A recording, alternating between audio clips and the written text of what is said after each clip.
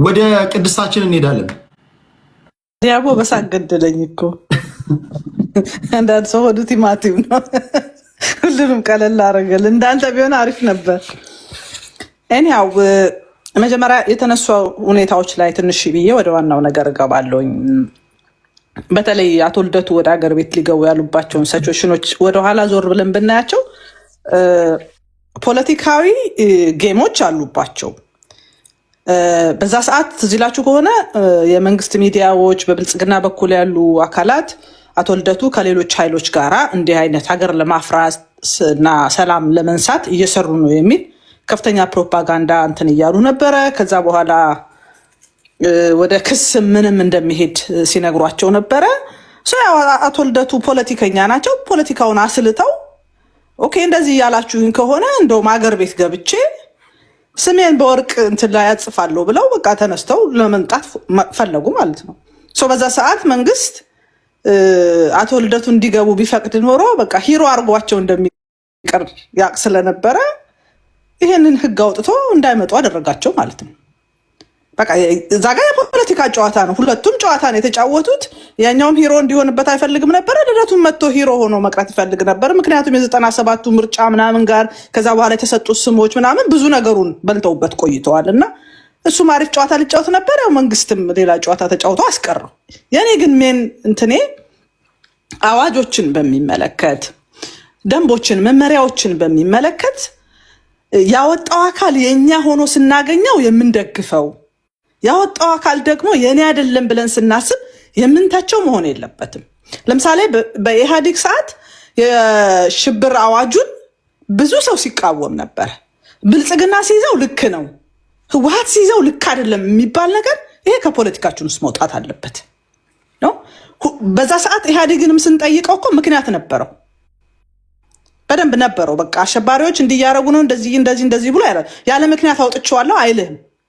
በተመሳሳይ አሁንም በተለይ ይሄ ንብረት የመውረሱን ከ10 ዓመት ወደኋላ ሄደክ ብለህ ስትል እንዴት እንዳወጡት ማብራሪያ ሲሰጡ ነበረ።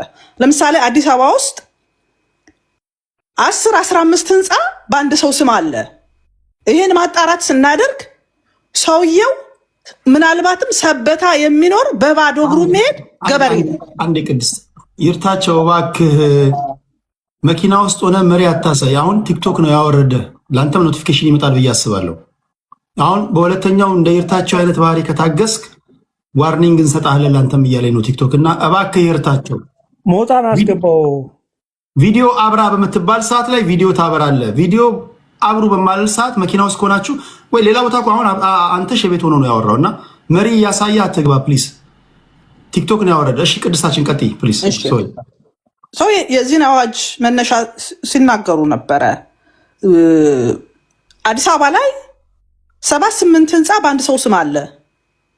የዚህ ህንፃ ባለቤት ማን ነው ተብሎ ማጣራት ሲደረግ ምናልባት ሰውየው ሰበታ የሚኖር በባዶ እግሩ መሄድ ገበሬ ነው፣ ገንዘቡ ወዴት እየሄደ ነው የሚል ችግሮች ይዞብን መጥቷል ነው ያሉት።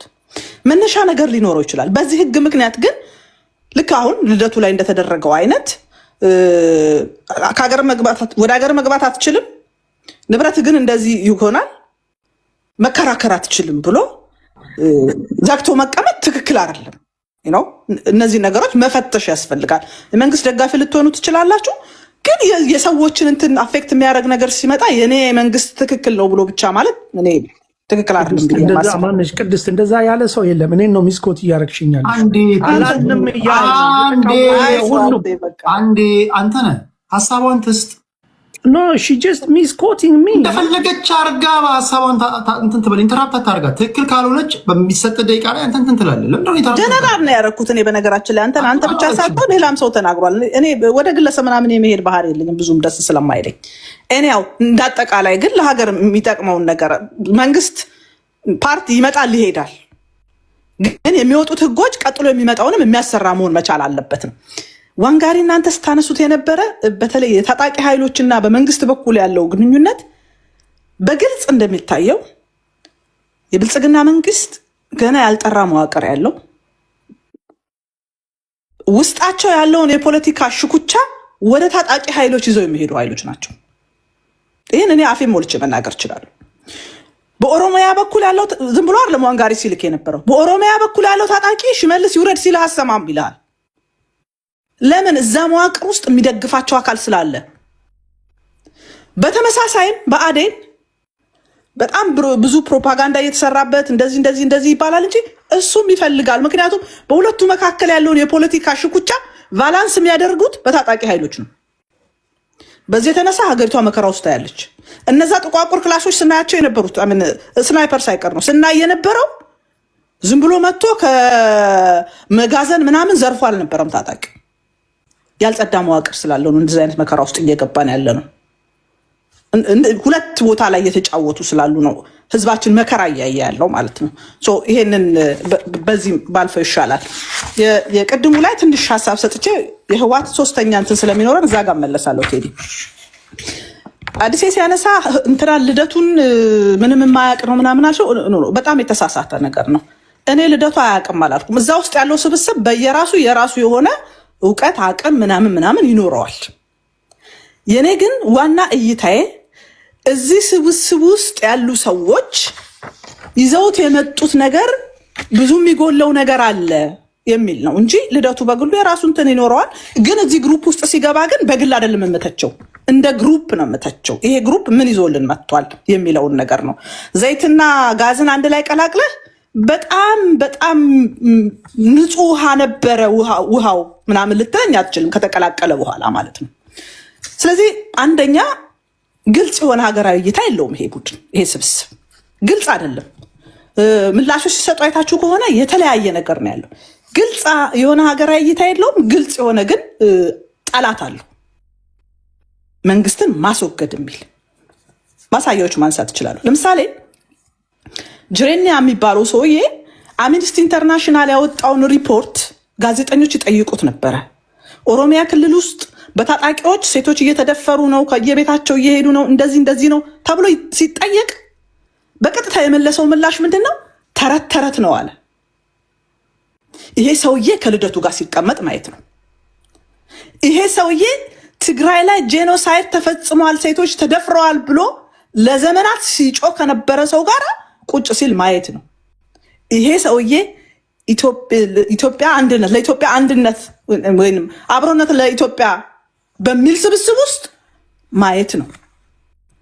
አምባገነን መንግስት ጥላለው ብሎ ሴቶች ላይ በአንድ ካምፕ ውስጥ እናትና ልጅ ተደፈሩ፣ ከየቤቱ እየተወሰደ ሴቱ መከራ እያየ ነው ብለ ሪፖርት ሲመጣ ተረት ነው ካለ እኔ አሁን ልደቱን እዚህ ጋር ጥያቄ ውስጥ ከተዋለው ማለት ነው።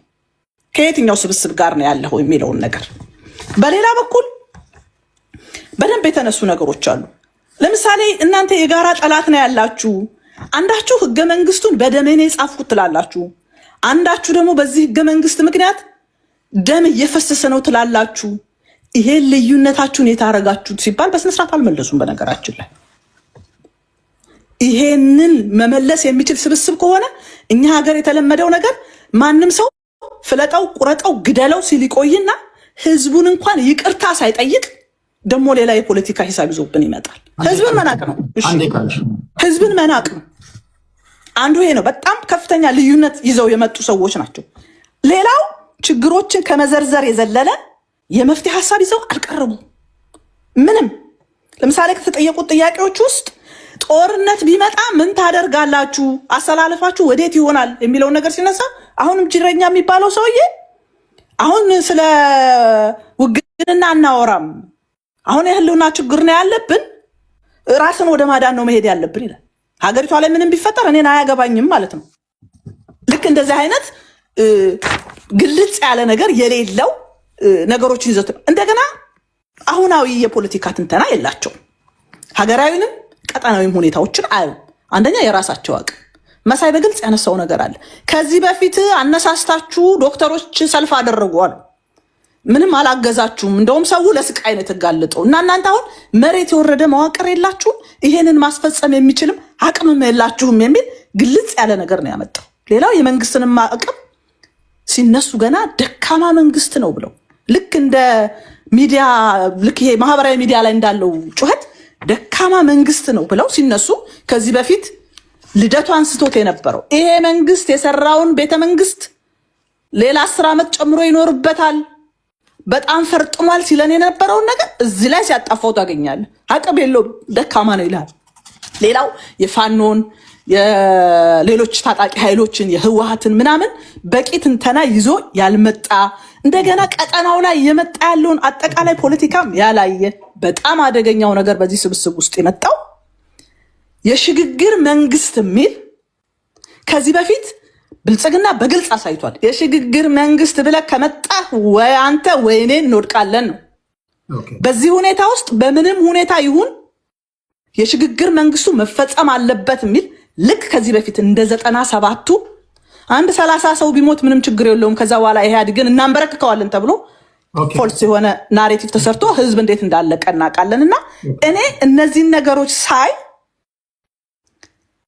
ልክ እንደ 97ቱ ዋጋ ሊያስከፍለን የመጣ ያው ሰሚ ካለ ነው። እሺ ከዛ ውጪ አሁን ግን እያደረጉት ያለው አጠቃላይ ነገር ገንዘብ ለመሰብሰብ ነው። በቃ ምንም ሌላ እንትን ያመጣል ብዬ አላስብም። ቴንክ ዩ። ይሄ ቁልፍ ነገር ነው። ሁላችሁ መጠየቅ ያለባቸው ችግሩን ከተነተኑ በኋላ እሺ ችግሩን እንዴት ነው የምትፈታለኝ ማለት አለባችሁ። በሚነግሩን በችግሮቻችን ዙሪያ ላይ ብቻ ቁስሎቻችንን ስለነኩ ብቻ መጨፈር የለብንም።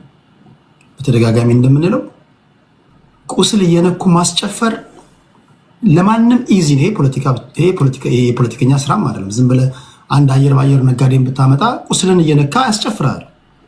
ትክክለኛ ፖለቲከኛ ከገባህበት ችግር እንዴት እንደሚያወጣ የሚናገር ነው። ቢኮዝ ከገባህበት ችግር የሚያወጣኝ ወይም የሚያቀርብልኝ መፍትሄ ወይ አስማማኛል ወይ አያስማማኝም።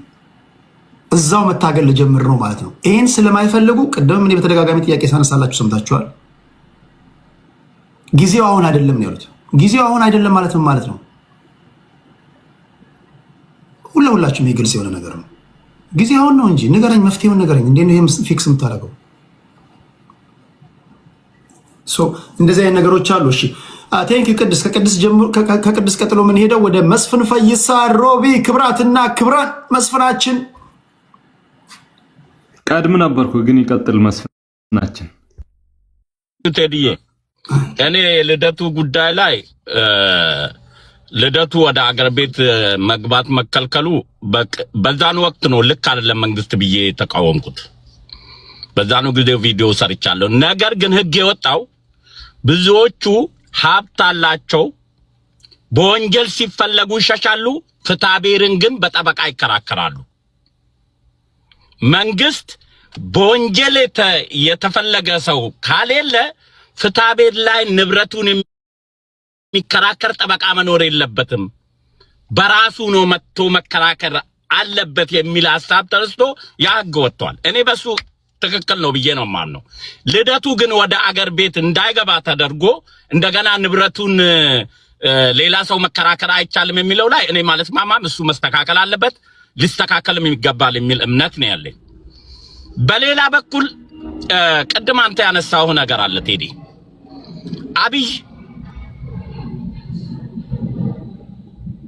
ይሄ ስርዓት የቆየ ስርዓት ነው፣ በአንዴ ማንም ቢመጣ አሁን ካለበት ሀረንቋ መውጣት እንችላለን ወይ ሲባል አይ 8 ዓመት ቆይቷል ይላሉ።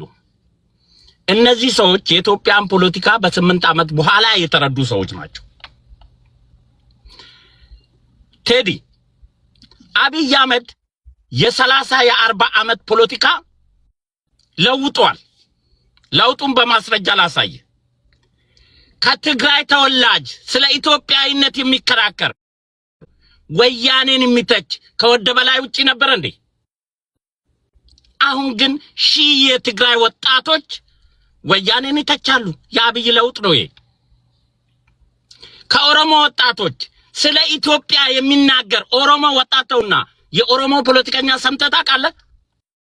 ካለ መስፍን ፈይሳ ከለውጡ በፊት ዛሬ ሚሊዮን የኦሮሞ ወጣቶች የኢትዮጵያ ባንዲራ ይዘው ስለ ኢትዮጵያ ይናገራሉ። ህገ መንግስት ለምን አይቀድም ለምን አይለውጥም ይላል።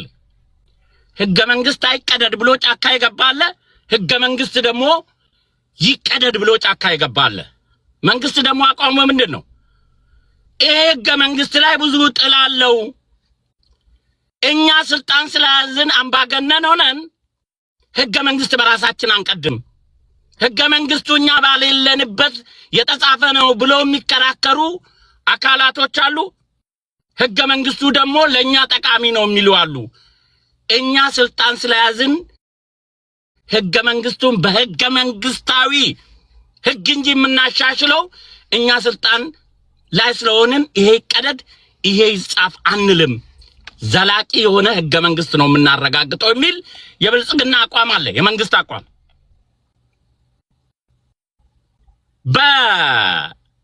በለውጥና የመንግስት አሁን ያለበትን ደረጃ መረዳት ኢትዮጵያ ከዚህ በፊት የመጣችበትን መከራ መረዳት ያስፈልጋል።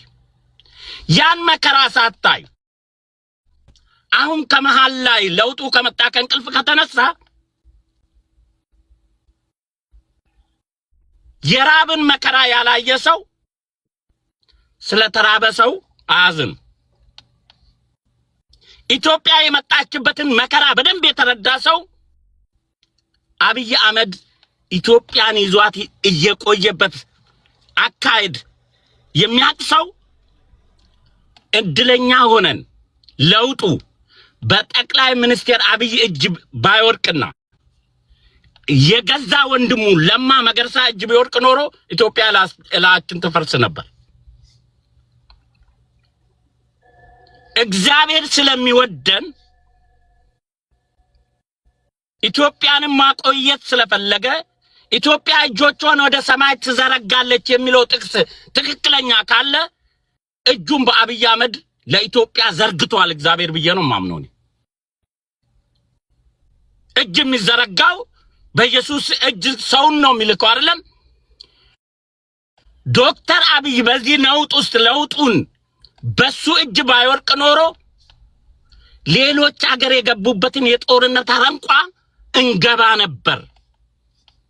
በደንብ ነበር የምንገባው። የሱ አስተውሎ የዛሬ 17 እና 18 ዓመት ላይ ሆኖ የሰራትን ሀገር ነው በአይምሮ በዶክመንት ዛሬ እየፈጸመ ያለው። ንግግሮቹን ሄዳችሁ እዩ ወደ ኋላ። አብይ አህመድ መወለዱን መፈጠሩን በማይታወቅበት ጊዜ ስርዓቱ ውስጥ ሆኖ ኢትዮጵያና የኢትዮጵያ ጂኦፖለቲክስ የሚያጋጥመንን ሲተነትን የነበረ ሰው ነው። ዛሬ ያሉት የሱ ተቃዋሚዎች ግን ስለ መብት ሐሳብ እስኪ ንገሩን አብይን ስታወርዱ ስትላቸው ስልጣን ስንይዝ ነው የምንነግርህ ይሉሃል። ነገር ግን አብይ ደግሞ መፈጸም አቃተው ይሉሃል። እነሱ ገና ስልጣን ሲይዙ በአፈ ታሪክ እንኳን ንገሩን እስኪ በተግባር አፈጻጸም ላይ እናያቸዋለን። ቶሪውን ንገሩን ስትላቸው ቶሪውን መናገር የማይችሉ ናቸው። አብይ እኮ ቶሪውን ዱሮ ነው ያወራው ከ17 ዓመት በፊት። ቶሪውን አውርቶ ዛሬ መፈጸም ላይ ውድቀት መነሳት የኢትዮጵያ የመጣችበት የጂኦፖለቲክስ የኢትዮጵያ ሳይኮሎጂካሊ ስለንቦና የገባንበት አረንቋ ማውጣት ወረቀት መውቅደድ ብቻ ሳይሆን የሰው ጭንቅላት ውስጥ የተቀመጠ የተሳሳተ የፖለቲካ አመለካከት መቅደድ 28 ምርጫ ሳይሆን 20 ዓመታቶችን ይጠብቃል ትውልድ መቀየር። እንደውም በፍጥነት ትናንት ስለ ኢትዮጵያ መልካም ነገር የማያስቡ ሰዎች ስለ ወያኔ ከሰማይ በታች ወያኔ ካልሆነች ብለው የሚሉ የትግራይ ልጆች ዛሬ ስለ ኢትዮጵያዊነት መናገር ስትሰማ የአብይ ውጤት ነው ይሄ። እሱ በውጤት ተመዝኗል፣ አሳይቷል። የሱ ተቀናቃኞች ግን ቶሪ እንኳን ሊነግሩን አይፈልጉም። አብይን ከጣላችሁ በኋላ እናንተ አብይ የገጠመውንና አልፈጸመም ብላችሁ የምትተቹትን ነገር እንዴት ነው እስኪ የምትፈቱት ብለህ ስትጠይቃቸው መጀመሪያ ወንበር ስጡን እንጂ ከዛ በኋላ እንነግራለን ይሏል። ወንበርማ ከሰጠናቸው ባንክና ታንኩ እጃቸው ስለሚገባ አያስጠጉንም። አሁን ይንገሩን እስኪ ለቶሪ እንኳን ይንገሩን እስኪ አሁን ይንገሩን። ባንክና ታንኩ እጃቸው ሳይገባ ቶሪውን እንኳን ይንገሩን ምን እንደሚሆኑ፣ እንዴት እንደሚያስተዳድሩን፣ እንዴት አብይ የገጠመውን መከራ ይሄ ብሔራዊ አንድነት ኢትዮጵያዊ አንድነት የሚባለው የሚገዳደለውን ሐሳብ እንዴት እንደሚያስታርቁ እስኪ በቶሪ ይንገሩን። ተግባሩ ሲቀር አብይ እኮ በተግባር ነው እየተፈተነ ያለው። ቶሪውንማ የዛሬ 17 ዓመት አውርቶ አሁን ዛሬ እየሰራ ነው። እነሱ እስኪ ቶሪ ንገሩን። ቶሪ እኮ ስልጣን ስንይዝ ነው የምንነግራችሁ ነው እኮ የሚሉን። እንዲህ አይነት ናቸው የአብይ ተቀናቃኞች።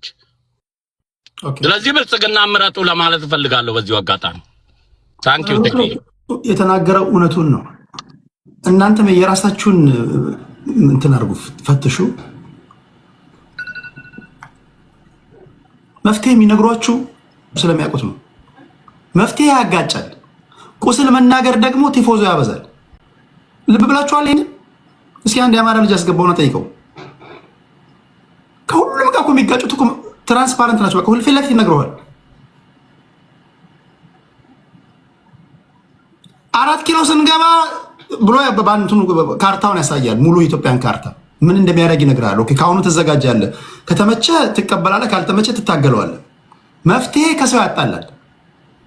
ለምን መፍትሄ ብለህ የምትወስደው ነገር ቀላል አይደለም። ችግር መናገር ግን ጠላት አበዛም። ችግር በቃ ተጎድተሃል እንትን ብላ ወንድሜ ምናምን ታስለቅሳለህ። ለምሳሌ ቲፒኤልኤፎች ጋር ብትሄድ በፍጹም 4 ኪሎ መግባት ነው የምንፈልገው አይልህም።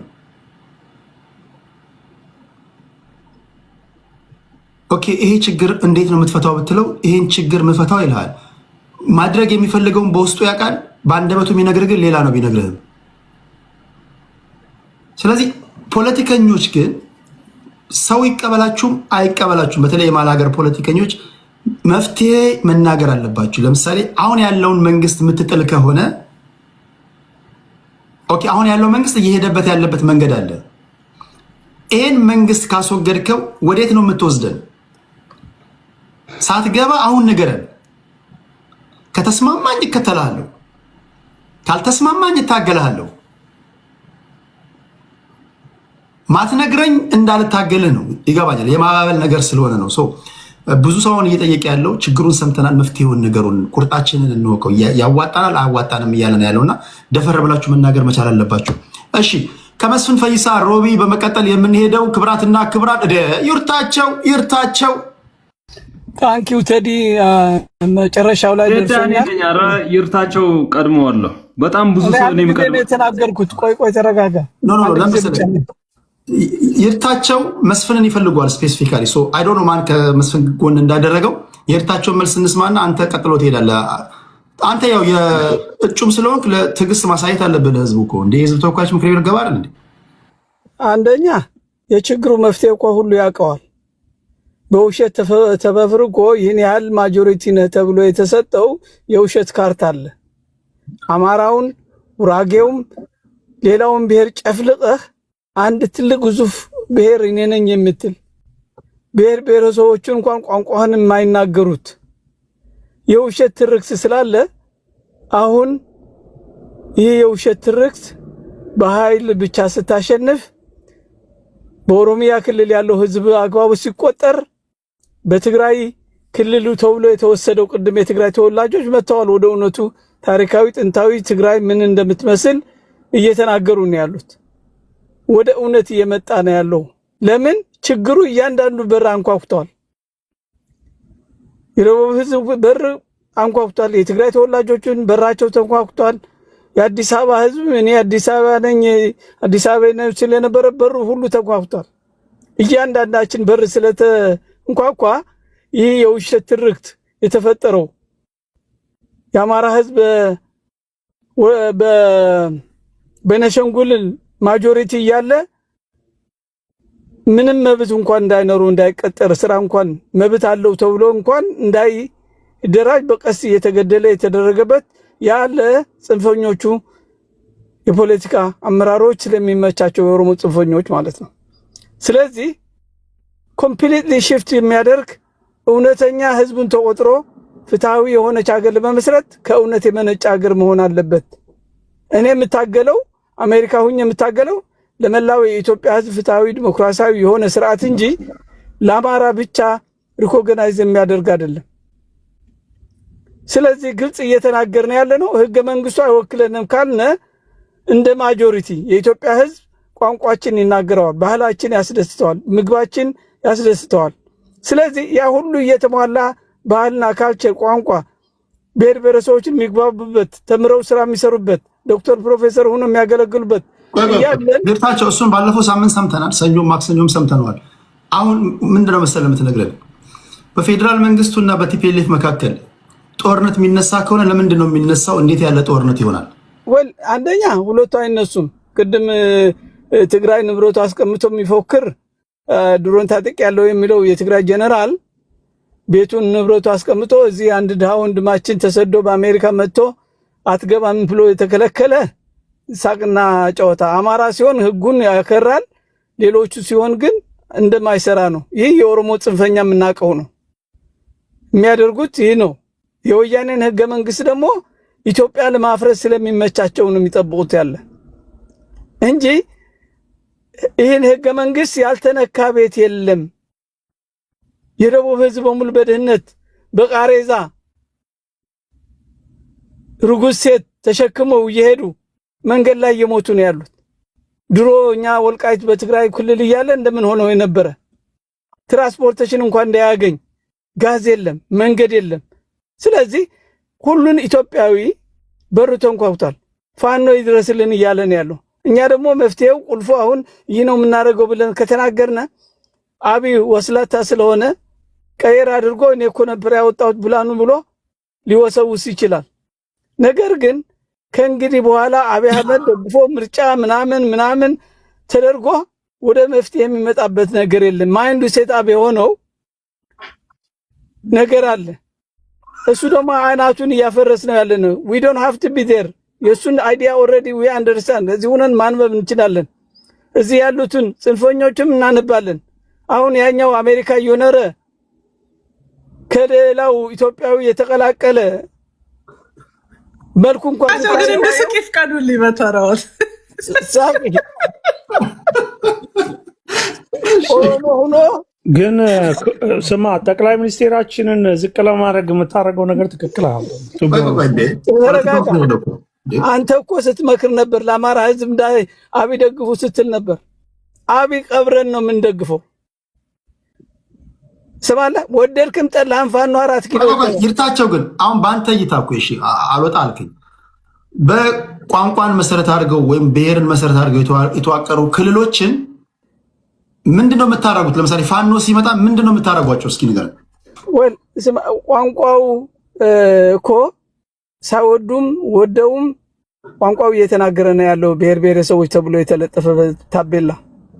የችግሩ ቋንቋ መናገሩ አይደለም። አሜሪካ 100 ክልሉን ምንድነው ኦኬ ክልሉን ምንድነው የምታረጉት? ልመጣልህ ነኝ።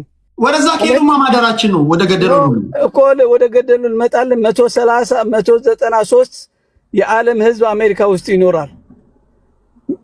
ከዛ ከአንድ ሀገር እንኳን ኢትዮጵያ ምናምን ስንት ብሔር እንዳላት እዚህ መተን እንኖራለን አይደል? የብሔር አስተዳደር የቋንቋ አስተዳደር ቅድም የትግራይ ተወላጆች ተናግሯል። ሶቪየት ህብረት ያፈረሰ አስተዳደር ኢትዮጵያ የማያፈርስበት ምክንያት የለም። ስለዚህ እሱን እንቀይረዋለን። ሰዎች በዜግነታቸው እንዲኮሩ በታሪካቸው እንዲኮሩ በማንነታቸው እንዲኮሩ የማንንም ብሔር ብሔረሰቦች ማንነት የሚቀይር ሰው የለም። ግን ህገ መንግስቱ ቀይረህ መብታቸው የሚከበርበት ዘዴ እንፈጥራለን። there is so many ways በዓለም ያለው ህገ መንግስት we can do that way። የአሜሪካ ህገ መንግስት አለ። የሌላ ዓለም ያለውን ህገ መንግስት የተሻለውን መርጠን ቋንቋው እንደ አዳነችና እንደ አብይ ያልነ ሳይሆን በደንብ ተረተን እንግሊዘኛው የዓለም ዜና ተረተን እምንመልስበት እንደ አዳነች አበቤና እንደ አብዩ ማለት ነው። እንግሊዘኛ ሲናገሩ አልሰማቸው እንግሊዘኛው ነው። ኦኬ አይ ኦሮምኛ ቋንቋላሽ ያላገጥኩት ኖ አይደለም።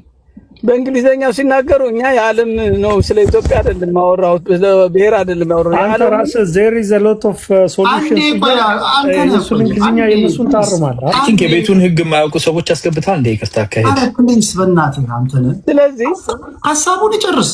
ስድብ ሲሆን እናስቆማለን። አይ እውነት እኮ ያማል። ቅድም መንሽን አድርገዋል። እውነት የሰው ልጅ ሲናገር ለሀገሩ መፍትሄ ስለሆነ ማንም አይቀበለውም። እዚህን ማርቲን ሉተር ኪንግ ህይወቱ መስዋዕትነት ሲከፍል በእውነት እየተናገረ ነበር። ግን አላመኑም። ነጮ ከሞቱ በኋላ ግልብጥ ብለው ነው ያመኑት። ኔልሰን ማንዴላ 27 ዓመት ታስሯል። መፍትሄ ጠላት ያበዛል። አዎ ልክ ነህ። ስለዚህ እስማማለሁ። ለምን ግን እውነት ትመነምናለች እንጂ አይቆረጥም ይላል የኔ ባላገር ሰው። እውነቱ ካላመጣን ገፍተን ወደ ተግባር ካላመጣ ነው የነዚህ ጽንፈኛ የኦሮሞ ጽንፈኛ አማርኛ ለምደው በደንብ ከኛ የበለጠ የሚናገሩ ሰዎች አሉ። ግን ያችን እድል የፈጠረችባቸው ኢትዮጵያ የምትባል ሀገር ነች። ዳውን ኢትዮጵያ ሲሏት የነበረ አማራ ለመላው የኢትዮጵያ without any discrimination ለሁሉ ኢትዮጵያዊ ቋንቋውን አስተምሮ ባህሉን አሳውቆ ሌሎችን ባህላቸው ሳይደፈጥጥ እንዲናገሩ እንዲሰባሰቡ ቋንቋቸው ባህላቸው እንዲያደርጉ በእያንዳንዱ ኢትዮጵያዊ ቤት እየገቡ በር ያንኳኩ እየጠሩ ብሔር እየጠየቁ ከዚህ በኋላ በብሔር ኩራ እያሉ እንዲኮራ ይሞሉታል ማለት ነው። አዎ እና አሁን ያኛው ምን ይሆናል መሰለህ? በህግ ይከለከላል። ፎርቢዲንግ በብሔር ተደራጅቶ ሌላው ብሔር የሚያንቋሽሽ የለም ብለን በህግ እናጸድቃለን። ከዛ በኋላ ባይ የኢህአዴግ ስርዓት ይባላል ማለት ነው። ስለዚህ ያን እናስወግዳለን። ፍትሃዊ ዲሞክራሲ የሆነች የዓለም ህዝብ የሚያውቃት ኢትዮጵያ እናደርጋለን። ኃይለ ሥላሴ እኮ ዲግሪ ዲፕሎማ ኑሯቸው ትምህርታቸው በፒኤችዲ የተደገፈ አልነበረም ሀገር ሲመሩ እና አፄ ምኒልክም በዛ ደረጃ አልነበሩም በትምህርት በእውቀት ናቹራሊ። ስለዚህ አንተ ኦልሬዲ ስለኮራ ወይ ደግሞ ምንድነው የምታንጠቀው? መስፍን ቆሎ እንትን ምን እሱም ከመስፍን ጋር በምታደርጉት የአንድ ለአንድ እንትን ትተራረባላችሁ። ቆይ እሺ ይርታቸው አጠቃለው ነው ወደ ሌሎች እንሄዳለን። ኦኬ እና ስለዚህ ህገ መንግስቱን ለመላው ኢትዮጵያ በሚመቸው አስተካክለን እኛ ብቻ ሳንል ወይም ደግሞ እቺ ይኸውልህ የኢህአዴግ ህገ መንግስት እቺ ነች የፍትህ እንትን ባሳይ እቺ ነች የኢህአዴግ ቤተ መጽሐፉ አለኝ የኢህአዴግ የሚለው ለክፈታትና ላሳይ መሪ እንዳሳዩ ፕሊስ ያስወርዱታል። እሺ የመጨረሻ ሰከንድ ነው የቀሩት። ኦኬ እቺን ህገ መንግስት ይኸውልህ እቺ ህገ መንግስት ነች አሁን ሀገር እየበጠበጠች ያለችው እቺ የድሮ የፍትህ ነገ እንትን የሚለው ብታይ ይህን የሚያህለው በጣም ትልቅ ነው። በቃ ዝጉት መኪና መሪ እንዳሳዩ እና እንደዛ አድርጌ እንትን ምልበት እንጂ ቴንክ ዩ። በነገራችን ላይ ይርታቸው ተቀበሉትም አትቀበሉትም ህገ መንግስት ጽፎ እምለውን ሁሉም መሬት ላይ ይሰራል። እሺ ቴንክ ዩ። የሚቀበለው የሚያገኝ አያገኝ መፍትሄ የመፍትሄ ሀሳብ ብሎ ባለ ስንት ነው? ባለ 25 ገጽ ነው? ባለ 64 ገጽ ህገ መንግስት ጽፏል ይዘዋል። አትሊስት መፍትሄ አላቸው። ዲሁማናይዝ የሚያደርጉትን የህብረተሰብ ክፍልም በግልጽ ነገሩ በቃ በግልጽ ነው። ምንም ይሄ ማመቻመች ምናምን የለም። አቶ ይርታቸው ከመጡ ሻንጣን ይዘህ ፌስታል በፌስታል የምትወጣም ትኖራለህ። በቃ በግልጽ ነግረዋል ወይ ቴዲ የእሳቸው ሀሳብ የፋኖ የግላቸው ኖ የግላቸው አልኩ እኮ የመፍትሄ ሀሳብ ብለው አትሊስት ለምሳሌ ገነነ መኩሪያ ባለ 13 ገጽ የመፍትሄ ሀሳብ አለው። የሚቀበለው ካለ ይቀበለዋል፣ ማይቀበለው ካለ ቻሌንጅ ያደርገዋል። በኢትዮጵያ ፖለቲካ ውስጥ ትልቁ ችግር ምንድን ነው? መፍትሄ በጣም ብዙ ቻሌንጅ ያስከትላል። በጣም ብዙ። ለዛ ነው ብዙ ጊዜ ፖለቲከኞቻችን መፍትሄ ስንባል አንወድም። ከሰኞ እስከ ዓርብ ችግር ብቻ ነው የምንተነትነው። ለምሳሌ አሁን የብልጽግናን ፓርቲ ስትተች ስታስወግደው ምንድን ነው የምታደርገው? ይሄው ሰላምና መረጋጋት የለም። ከሌለ አንተ ስትመጣ ሰላምና መረጋጋት እንዴት ነው የምታመጣው? ስራ አጥ ቁጥር አለ። የስራ አጥ ቁጥርን አንተ ስልጣን ላይ ስትወጣ እንዴት ነው የምትቀንሰው? በብሔር ስም የተዋቀሩ ክልሎች ለአብሮነታችን ለሰላማችን አሉታዊ ተጽዕኖ ነው ያላቸው። ኦኬ እንደ ችግር ከነገርከን አንተ 4 ኪሎ ስትገባ ምንድን ነው የምታደርጋቸው? መስማት ይፈልጋሉ እነሱ ምን እንደምታደርጋቸው። በውጭ ጉዳይ ፖሊሲ ጠቅላይ ሚኒስትር ወይም ደግሞ የብልጽግና ፓርቲ ከጀነራል ሐምዳን ዳጋሎ ጋር ወይም ደግሞ ከራፒድ ሰፖርት ፎርስ ጋር እየሰሩ ነው። ሻዕቢያ ከሳፍ ጋር እየሰራ ነው። አንተሳ ከማን ጋር ነው የምትሰራው? በነገራችን ላይ አንድ በምርጫ ቀስቀሳ አንድ የዜማ ሰውዬ በጣም እዚህ ጋር ባሳያችሁ መፍትሄ ሲናገር ብዙ ጊዜ ብዙዎቹ እንስቅባቸዋል፣ ያሳዝናል። አሁን ይሄ ሰውዬ ነው የሚመጣው ትላላችሁ። ዜማ አይደለም ኢሃፓ ነው ቴዲ፣ ኢሃፓ ነው ሰውዬው። አም ሶሪ ኢሃፓ ሰው የነበረ አሁን ወደ ኢሃፓ የገባ አያሳፍርም? የተወካዮች ምክር ቤት ሰው ናቸው። አያሳፍርም? አይ ትክክለኛ ፖለቲከኛ ወይም ደግሞ ትክክለኛውን ትክክለኛ ካልሆነው የምትለየው በመፍትሄው ነው። የሶያን ችግር ተናገር ብትለው ትር ይላል። መንግስት ከራፒድ ሰፖርት ፎርስ ጋር የሰራ ጠላት እያበዛብን፣ እንደገና ደግሞ ከኤርትራ ጋር ጠላታሞች ሆኖ እንደገና ደግሞ ከዩናይትድ አረብ ኤሚሬት ጋር እየሰራ እንደዚህ የባህር በር ለማምጣት እዚህ ጋር ከሶማሌ ጋር ሰራለሁ እያለ እንደገና ደግሞ እንደዚህ ያደረገ። ኦኬ አንተሳ ምንድነው የምታደርገው? አሁን አንተ የምትናገረው መደመጥ አለበታ ፌር ለመሆን። አንተስ ከማን ጋር ነው የምትሰራው? የውጭ ጉዳይ ፖሊሲ ምንድን ነው? ለዚህ ተዘጋጅታችኋል? የባህር በር ጉዳይ ምናምን እያለ ምናምን። ኦኬ የባህር በር እንዴት ነው የምታመጣው? ይሄን ነው ህዝቡ መስማት ይፈልገው።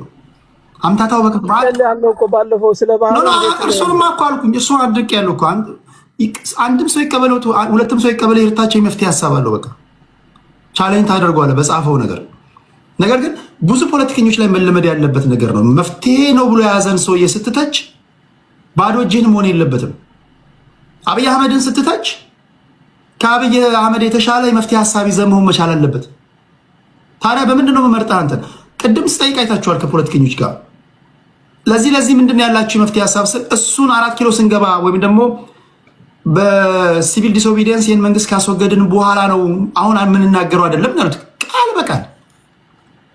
ኦኬ እንዴት ነው ታዲያ መከተል? ዝም ብዬ ታዲያ እንዴት ነው አብሬ ዝም ብዬ መፍትሄ ወዴት እንደምትወስደኝ ሳላውቅ እንደምትሸጠኝ እንደምትገለኝ ሳላውቅ ዝም ብዬ ሴንትራል ገቨርንመንቱን ላፈርስ ካፈረስኩ በኋላስ ጉድ ብታደርገኝስ ቢልስ ህዝብ?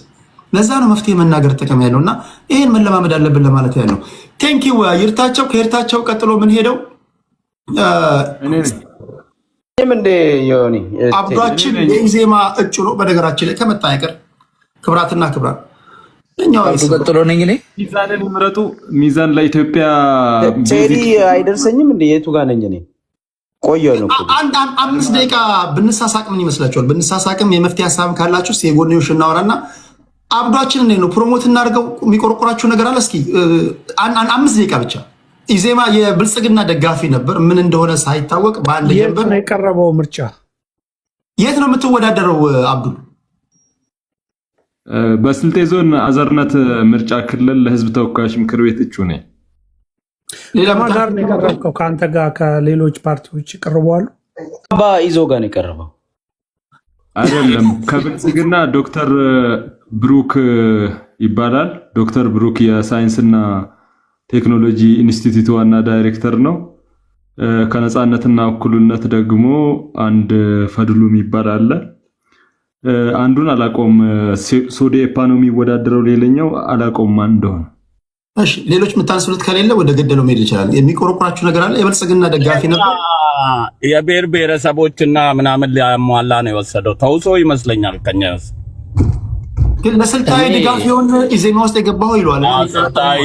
እኔ አብዱል ሁለት ተርም በፍቃድ አልፈልም ብሏል። በምርጫ ባይወዳደር ሳሚ ምናምን በአንድ ሳምንት የፖለቲካ እነዚህ ሁለት ምርጫ ተርሞችን ላናሸንፍ እንችላለን ብሏል በፍቃዱና ባይወዳደር ባይ ነው። እነዚህን ሁለት ምርጫዎች ባናሸንፍ ሶስተኛው ወይም ደግሞ 11ኛው ሀገራዊ ምርጫ ላይ ተስፋ ይኖረናል ብሏል። ኢትስ ኦኬ ብሏል። ስለዚህ በትንሹ 15 ዓመት ጠብቆ በሶስተኛው ጠብቆ ከ15 ዓመት በኋላ ቢወዳደሩ አሪፍ ነው ከሆነ በድልቅ ነው። ስህተት ነው። ራሱ ለራሱ ነው የጎዳው። ይሄ ማለቱ ራሱን ነው አንደርማይን ያደረገ። አብይ 1 ዓመት እንዲቀጥልም አንፈልገው። እንታገላለን ለማሸነፍ በሰላማዊ መንገድ መታገል ተስፋው ሊሟጠጥ አይገባም። ግን ሲስተም ይሄ ደካማ የሆነ ግለሰቦችን በመፍጠር ሰብሰብ ብሎ አንድ ሆኖ ህዝቡ ተታግሎ ነፃ እንዳይወጣ የሚያደርግ የእንቅፋት የስልት የብልጽግና ስልት አትርታችሁ ባቀን ስለጦር ሌላ ካለ ግጭት እርስ በርስ ለምንድን ነው አንተ ሁሌ አንድ አያና የምትለዋለህ? ቆይ እንትን ከአብዱል በኋላ በተራ ካልሆነ ይሄ ቤት አይሆንም። ታውቃለህ፣ ትልልቅ ኢጎዎች ስለሆኑ የሚገቡት። ከአብዱል በኋላ እኔ ነኝ አይደለ? ከአብዱል በኋላ ሳሚ፣ ከሳሚ እንደ አረ በተራ አቀማመጥ የራሱን የዚህ ቁጭ እየከሰንሳለ። እሺ ይሁን። ከሳሚ በኋላ አያና ነው፣ ከአብዱል በኋላ አያና። ኦኬ የምታነሳለት ጥያቄ ያለው ቅሬታ? እኔ አቶ እርታቸው ይሄ ረጅም ጊዜ አንድ ቀንም እንዲቆይ አንፈልግም ያሉት 24 ሰዓት ቀጠሮ በ24 ሰዓት ቀጠሮ 3 ዓመት ስላሰከራችሁን እነሱ አትሊስት 10 ዓመት ያደረጉት ይሻላል፣ ትርጉም አለው ለማለት ነው። ያውም በሰላማዊ እንዴት ነው ትዳና ነው ተካሽርት ቀጥል ቴዲ ክብራትና ክብራን ፕሊስ ቢያንስ የምናውቀው ሰው የህዝብ ተወካዮች ምክር ቤት መግባት አለበት። ሌላው ደግሞ በስልክ ቁጥርን አስቀምጥ፣ ሰዎች አስተያየትም ትችትም እንዲሰጡ ምረጡት። በኢንቦክስ ማድረግ ይችላሉ፣ ምንም ችግር የለውም፣ እቀበላለሁ። በኢንቦክስ ሌላ ለምርጫ ምናምን ያስፈልግህ ምናምን ሌላ ምናምን ፈንድ ምናምን የለም አይደል? ፈንድ አለ እንጂ ያው የምርጫ ቅስቀሳ ምናምን ለፖለቲካ ፓርቲዎች 5000 ብር ነው የሚሰጠን። ገድፈሃለን፣ ምን ችግር አይገድፈሃለን። ለአንድ ምርጫ ክልል እስከ 500,000 ብር ያስፈልገዋል። ነው ገድፉት። ሚዛኑ ግን የእህል ነው ወይስ የፍትህ ጀስቲስ የእህሉ ነው እንጂ የብልጽግና እህል ነው የሚመዝኑበት። እንዲያው የምትመዘነው እንደውም ከእንክርዳዱ የምንለይበት ነው የምንመዝንበት። አያና እኮ ምንም የሚመዘን ነገር ማጭድ የሆነ ፓርቲ ይሄው ለእኔ ብቻ የሚላል ላይ ሌጋሽታቸው ወደ እኔ ማጭድ ነው። ማጭድ ቢኖር አሪፍ ነበር። አቶ ይርታቸው ለምዶ በሰላማዊ መንገድ አገር ቤት ገብተው እርሶም ለምዶ ነው ብንጫ ይሄንን ህገ መንግስት ይዘው ለምዶ የማይወዳደሩት? አንድ ነገር ምን አለ መሰለህ፣ አንደኛ እነዚህ ራሱ የፋኖ ሰዎች የገባ እንትኑ እስረኛ ይፈታል እንደዚህ እናደርጋለን ብለው ተታለው ገቡ አይደል? እነዚህ ካፕቴን ማስረሻ ካፕቴን በእነሱ አይተዋል። ምንም ተስፋ ሰጪ ነገር አላዩም። አዎ ተፈታ ይገባሉ፣ ከተፈታ ይገባሉ። አቢ ስማ ልንገርህ፣ እኔ ሙቼ ሌሎች እስረኛ የአማራ ልጆች ቢፈቱ ደስ ይለኛል። እኔ ገብቼ አሁን ግባ ይፈታቸዋለሁ ብሎ እነዚህ 300 ምናምን ምሁራን የታሰሩ የአማራ ልጆች አሉ። እነሱ ሲፈቱ ከፈለገ ይግደለኝ ብዬ መግባት ይችላል። እሺ ያካሉን አልገባም ነው። እሺ ወደ አብዱል እንሄዳለን። 8 ደቂቃ አለ ወንድማችን። እሺ አመሰግናለሁ። በሚቀጥለው ሀገራዊ ዙር ምርጫ ግን ፕሊስ የምትወዱት የምታደንቁት እግረ መንገዱን ከመጣ አይቀር የሆነ ነገር አሸባሪ ተቀበልክ እንዳይሉት ደግሞ ተዲ እነሱ እኮ ነገረኞች ናቸው። ከጽንፈኛው ፋኖ ተቀበልካቸው ተጠቅመው ምረጡኝ ቅስቀሳ ነው ያደረገው። ችግር የለውም። በሚቀጥለው 7ኛ ዙር ሀገራዊ ቪዲዮ መውጣት ብትችል አሪፍ ነው። ይወዳደራል። መዝግባችሁ ያዙ። እዛ አካባቢ ላይ ያላችሁ፣ ስልጤ አካባቢ ላይ ያላችሁ አብዱን ምረጡት። እሺ አብዷችን 8 ደቂቃ አለ ወንድሜ። እሺ አመሰግናለሁ። መጀመሪያ ስለ ትብብሩ የተወሰነ ማለት እፈልጋለሁ። አንደኛ ትብብሩ የጠላቴ ጠላት ወዳጄ ነው ብሎ የተመሰረተ በመሆኑ አንድ ጠላት ስላለህ ብቻ ውጤት ታመጣለህ ማለት አይደለም። እሳትና ጭድ አንድ ላይ ተደምሮ የሆነ ውጤት አመጣለሁ ቢል ትርፉ መቃጠል ነው የሚሆነውና እኔ እንደማውቃቸው ለረጅም ዓመታት በኢትዮጵያ ፖለቲካ ውስጥ ጭራሽ ሊግባባ የማይችል አብሮ ሊሄድ የማይችል ሪዮት ሲያራምዱ የነበሩ ሰዎች ዛሬ መንግስትን ጠላት አድርገው አንድ ላይ ቢሆኑ ለውጥ ያመጣሉ ብዬ አላስብም። ምክንያቱም በጠላት ሳይሆን አንድ መሆን ያለባቸው በሪዮት ዓለም ነው ብዬ ነው የማስበው።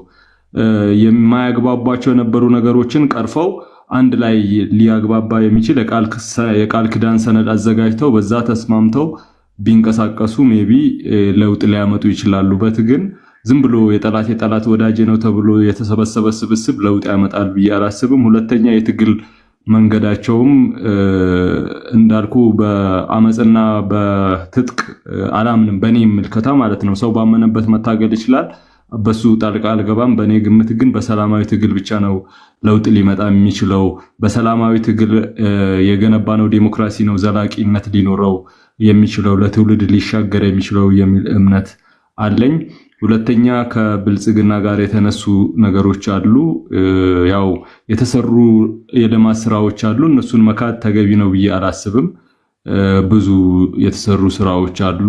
ከከተማ ልማት አንጻር የኮሪደር ልማት፣ ሆቴሎች ምናምን የተሰሩ ስራዎች አሉ። በቴክኖሎጂው ዘርፍም ዲጂታላይዜሽን ላይ ብዙ ስራዎች ተሰርቷል። እኔ እነሱን አልክድም አልወቅስም፣ ቫልዩ ስላለው ማለት ነው። እንደ ሀገርም ማነሳቸው ነገሮች ደግሞ አሉ። አንደኛ የቅደም ተከተል ጉዳይ ያነሳለሁ። እነዚህ ነገሮች ሲሰሩ ሀገሪቱ ላይ አሁን ባለነበት ሁኔታ እያንዳንዱ ህዝብ ላይ ትልቅ ችግር ነው ያለው። በጣም ከፍተኛ የሆነ የኢኮኖሚ ውዥቀት ነው ያለው። ይሄኛው የኢኮኖሚ ልሽቀትን ሊያስተካክል የሚችል የማስተካከያ እርምጃ ከመውሰድ ይልቅ መንግስት በተደጋጋሚ ግብር በመጣልና ድርራቢ ግብር በመጣል ፖሊሲዎችን እንትን በማለት ኢኮኖሚው በከፍተኛ ሁኔታ በመንግስት ፖሊሲ ድክመት ምክንያት በከፍተኛ ሁኔታ ዘግጧል። በዚህ ምክንያት በርካታ ሰዎች ከሀብታምነት ድሃ ሆነዋል። ብዙዎች ደግሞ ከድህነት ወደ ድህነት ወለል በታች ወርደዋል። አይኤምኤፍ ባወጣው ሪፖርት መሰረት ከድህነት ወለል በታች ያለው ህዝባችን ከ32% ወደ 43% ከፍ ብሏል። ይሄ የብልጽግና የፖሊሲ ውድቀት ነው ብዬ አስባለሁ። ኢዜማ ለዚህ የተሻለ እጅግ በጣም መጀመሪያ ፓርቲ ውስጥ ገብተህ ደጋፊ ስትሆን እነዚህ ችግሮች አልታየሁም ነበር ወይስ ከወጣ በኋላ ነው የታየ? ወይስ ከገባ በኋላ አይተህ ነው የወጣው? ያው ነበሩ። እኔም ሪኮግናይዝ አድርጌያለሁ። ያኔም በነበርኩ ሰዓትም እኮ አንተ ቤት እንደውም ጠቅላይ ሚኒስትሩ እንዳያስሩ ብለኸኝ ነበር። የሆነ ጊዜ ስለ ስንዴ ሲወራ ኢትዮጵያ ስንዴ በስንዴ ሆናለች ተትረፍርፋለች ሲባል አረ አይደለም፣ በዛ ልክ አይደለም፣ እኔ በማውቀው የናክል ስንዴ የለም ብዬ ነበር። ልቀጥላ። አርበኝነት የሚጀምረው ከውስጥ ነው ማለት ነው። እሺ ቀጥል። ከውስጥ ነው። ባይዘው ኢቲቪ ላይ ራሱ በተለይ ከሰላምና ጸጥታ ዙሪያ እንግዳ ሆኜ በቀረብኩበት ሰዓት በግልጽ ብልጽግና ሰላም ማምጣት እንዳልቻለ በጦርነቱ ትውልድ እያለቀ እንደሆነ መንግስት ቆራጥ በወሬና ጠቅላይ ሚኒስትሩ ለዛውም በግልጽ ጠርቼ ጠቅላይ ሚኒስትሩ በመናገር ብቻ ሳይሆን በተግባር ግማሽ መንገድ መጥተው ከታጣቂዎች ጋር አካታች የሆነ ውይይት አድርገው ሰላም መምጣት መቻል አለበት የሚል ንግግር ተናግሬያለሁ፣ ኢቢሲ ላይ ማለት ነው። እና ውስጥ ሆኜም ስታገል ነበረ። ስቀጥል የኢኮኖሚ ውድቀት ምንም እንትን ሊደረግ የሚችል አይደለም። የብልጽግና የኢኮኖሚ ፖሊሲ ሙሉ በሙሉ ወድቋል ብዬ ነው ማስበው። በዚህ ምክንያት በርካታ ሰዎች ለረሃብ ተጋልጠዋል። ከተማ ውስጥ ረሃብ አለ። ብዙ ሰው በቀን 2 ጊዜ እንኳን መብላት የማይችልበት ደረጃ ላይ ነው የደረሰው። ሌላው ደግሞ የሰላምና ጸጥታ ዙሪያ ትልቅ ፌላሪቲ ላይ ነው ያለው። አሁንም መንግስት ቆም ብሎ ማሰብ መቻል አለበት። የመንግስት ዋነኛው ኃላፊነት ብዬ ማስበው ትክክለኛም ኃላፊነቱ የዜጎችን ደህንነት መጠበቅ ነው። በአሁኑ ሰዓት እንኳን አሁን ባለንበት በዚህ ሳምንት ብቻ አርሲ ላይ ኦርቶዶክሳውያን ተገድለዋል፣ በርካታ ዘግናኝ በሆነ ሁኔታ። ጎንደር ላይ የሼህ ተገድለዋል፣ የመስጊድ ኢማም አሰጋጅ ተገድለዋል። አምነስቲ ኢንተርናሽናል ባወጣው ሪፖርት መሰረት ወለጋ ላይ ከ10 በላይ የሚደርሱ ሴቶች በታጣቂዎችና እንዲሁም በመንግስት የጸጥታ ኃይል እንደተደፈሩ እንዲሁም ሁለቱ ደግሞ ላላስፈላጊ እርግዝና እንደተዳረጉ የአምነስቲ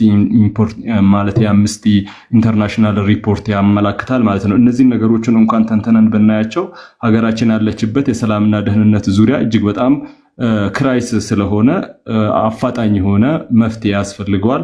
ሀገር አቀፍ የሆነ እርቀ ሰላም ታውጆ ከሁሉም አካታች የሆነ የፖለቲካ ውይይት ተደርጎ ሰላም መምጣት እስካልቻለ ድረስ የተሰሩትን እነዚህን ነገሮች በመናገር ብቻ ሁሉም ነገር አልቋል፣ ሰላም ነው ብለን እኛ ብናደባብሰውም ብዙ ሰው እየሞተ ነው ያለው፣ ትውልድ እየጠፋ ነው ያለው።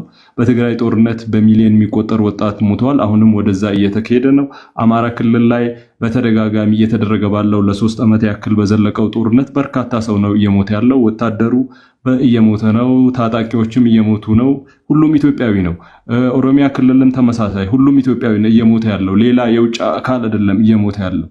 ስለዚህ ይህንን ነገር ኃላፊነት ወስዶ ፊክስ ማድረግ ያለበትና ድክመቱን ተቀብሎ ማስተካከል መቻል ያለበት ነው።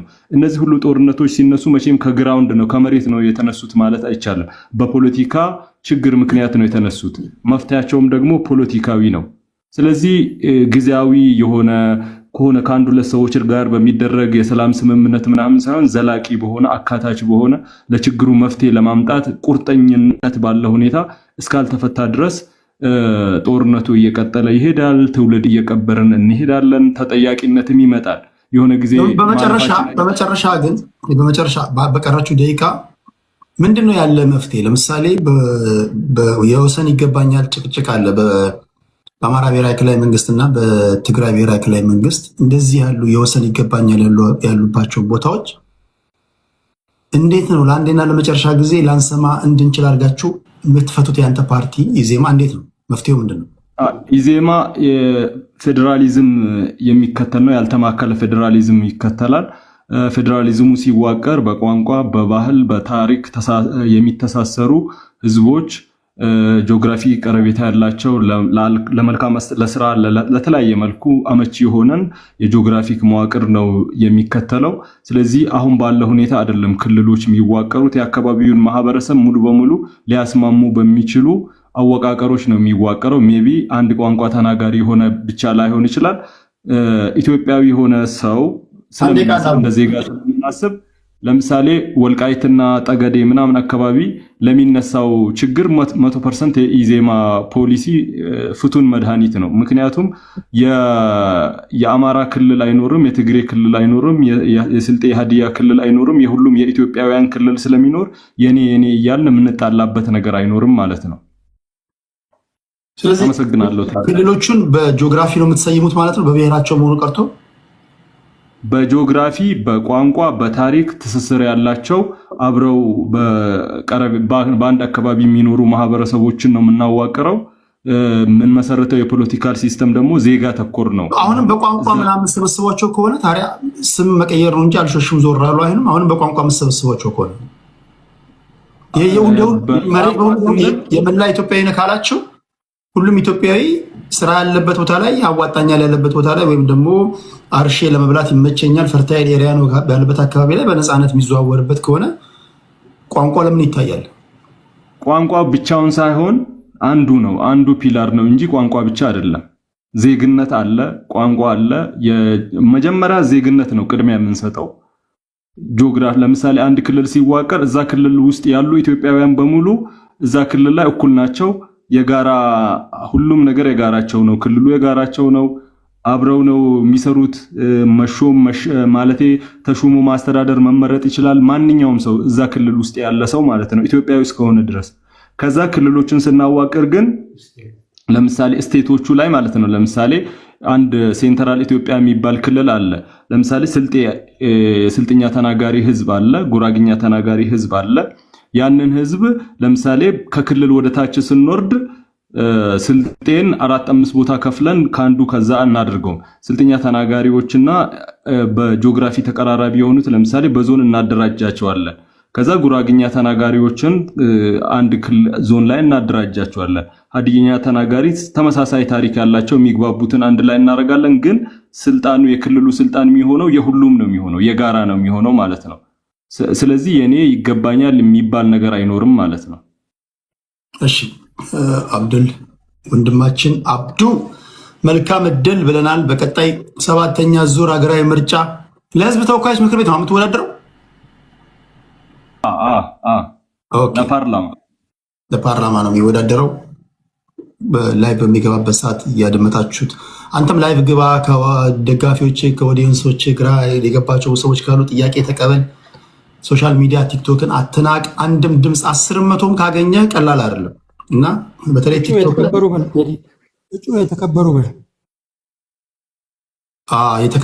የተከበሩ አብዳችን የተከበሩ አብዱ ለህዝብ ተወካዮች ምክር ቤት ኢዜማን ወክለው ስልጤ ውስጥ ነው የሚወዳደሩት። መምረጥ አለበት። እሺ ቴንክ ዩ